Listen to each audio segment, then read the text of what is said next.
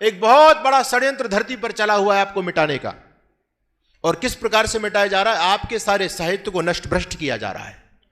आज बहुत बड़ा मुद्दा बना हुआ है आदि पुरुष को लेकर के। एक सीरियल बना आदि पुरुष, फिल्म चल रही है देश के अंदर, आप टेलीविजनों पर देखें, आज बहुत बड़ा गर्म मुद्दा बहस का बना हुआ है आदि पुरुष को लेकर के।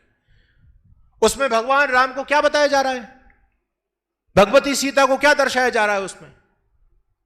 यानी कि जो रामानंद सागर जी ने सीरियल बनाया, क्या उस सीरियल में कुछ कमी थी? बताइए। एक सीरियल होने के बावजूद भी दोबारा से षड्यंत्र के तहत हमारे नए नए बच्चों को उस सीरियल के अंदर मिलावट करके भगवान राम के प्रति उनके मन में ईर्ष्या, द्वेष और भगवान राम के चरित्र को लेकर के एक संदेह पैदा करने की योजना है। माता सीता को क्या दर्शाया जा रहा है उसमें? यानी कहां हम जा रहे हैं, और हम सभी देख रहे हैं उन सीरियलों को। आश्चर्य की बात है। कोई मोहम्मद के बारे में एक शब्द बोल करके देखे, ईसा मसीह के बारे में कोई बोल करके देखे। मोहम्मद के बारे में अभी कुछ बोला था नुपुर शर्मा ने, सर तन से जुदा के नारे पूरे देश में लगे, 58 देशों में खलबली मच गई, और केवल सर तन से जुदा उन्होंने कहा ही नहीं, करके दिखा दिया। हम इतने दीनहीन दरिद्र बन चुके हैं कि हमारे महापुरुषों पर जिसके मन में इच्छा आती है वो बोल करके चला जाता है। अभी एक भगवान राम को लेकर के एक पुस्तक निकली है, सीरीज निकली है पूरी, जिसका नाम है इक्ष्वाकु के वंशज राम। मैंने उस पर यूट्यूब पर बोला है, उस व्यक्ति के खिलाफ एफआईआर कराई है। आमिश नाम से लेखक है, बहुत बड़ा राइटर है, बड़ी बड़ी सेलिब्रिटियों से उसके संबंध है, अमिताभ बच्चन और ये तमाम जिन बॉलीवुड के भाड़ जो हमारी संस्कृति को समाप्त करने की सुपारी लिए घूम रहे हैं। उस व्यक्ति ने उस पुस्तक में लिखा है कि भगवान राम सूगर का मांस खाते थे। सोचिए आप, आपके देश में भगवान राम के बारे में क्या बकवास की जा रही है। माता सीता खुद सूगर को, हिरण को मार करके लाती थी और लक्ष्मण जी और राम के लिए उनका मांस पका करके खिलाती थी। प्रमाण के लिए आप देख सकते हैं, पुस्तक आपको मिल जाएगी। और आगे पता नहीं क्या क्या सुपरखां के बारे में क्या लिखा हुआ है, और दशरथ जी के बारे में, सब कुछ इतिहास को समाप्त कर दिया। एक बहुत बड़ी चाल है, और यह चाल आज से नहीं चल रही, बहुत समय पहले से चली है।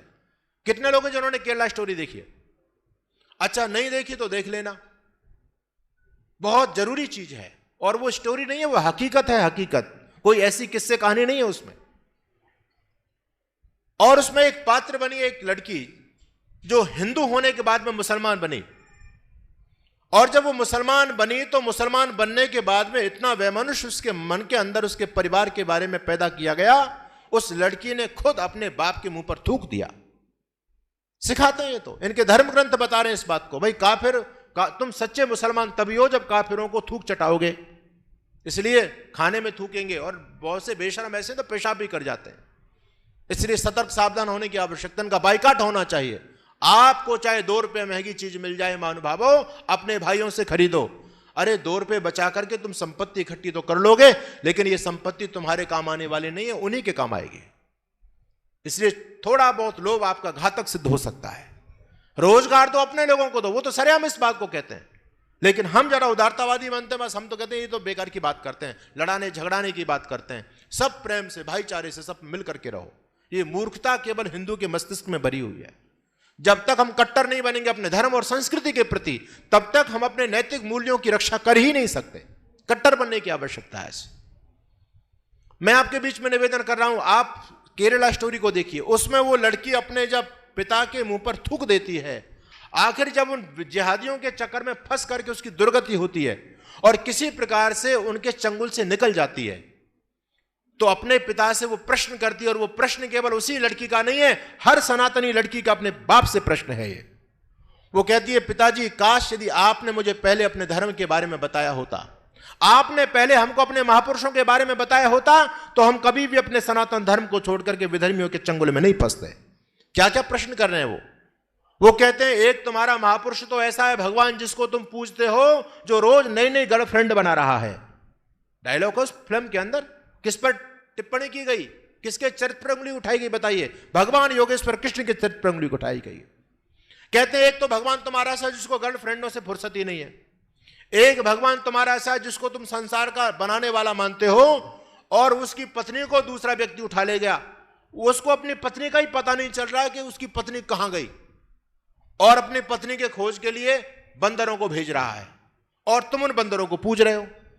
एक भगवान तुम्हारा ऐसा जिसकी पत्नी मर गई, उसकी पत्नी की डेड बॉडी को कंधे पर रख करके और जगह जगह रोता फिर रहा है।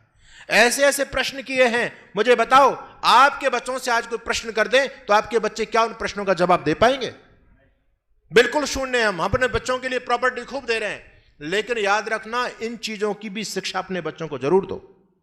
आज हमारे बच्चे बिल्कुल शून्य है। कोई विदेशी विधर्मी हनुमान जी को लेकर के कुछ भी बोल जाता है, और यह षड्यंत्र है आपके इतिहास को नष्ट करने का। अभी आदि पुरुष में देखो हनुमान जी को क्या बनाया है, क्या दर्शाया जा रहा है? वो मुसलमानों वाली दाढ़ी। हनुमान जी की दाढ़ी देखोगे तो बिल्कुल मुसलमानों वाली दाढ़ी है। भगवान राम के कानों में कहीं कुंडल नहीं मिलेंगे, यज्ञोपवीत नहीं मिलेगा, कोई सनातन धर्म का कोई चिन्ह नहीं मिलेगा आपको। और सीता माता का रोल जो कर रही है, मुझे कहने में शर्म आती है, ऐसी वैश्याओं को तो सीता का रोल ये क्या कर पाएंगे? कितना गंदा है उसका पहनावा देखिए। सीता माता का रोल किया रामानंद सागर की सीरियल के अंदर, उन्होंने कितनी सभ्यता से किया, पूरा तन ढका हुआ, और ये पूरा तन का नग्न प्रचार कर रही है। ये षड्यंत्र चल रहा है। और हमारे बच्चे जब इन नए नए सीरियलों को देखेंगे तो राम के प्रति उनके मन में क्या सम्मान पैदा होगा? माता सीता को क्या समझेंगे वो लोग? तो ये धरती पर बहुत बड़ा षड्यंत्र है। षड्यंत्र को समझो, इस षड्यंत्र से हम आपको जागरूक कर रहे हैं।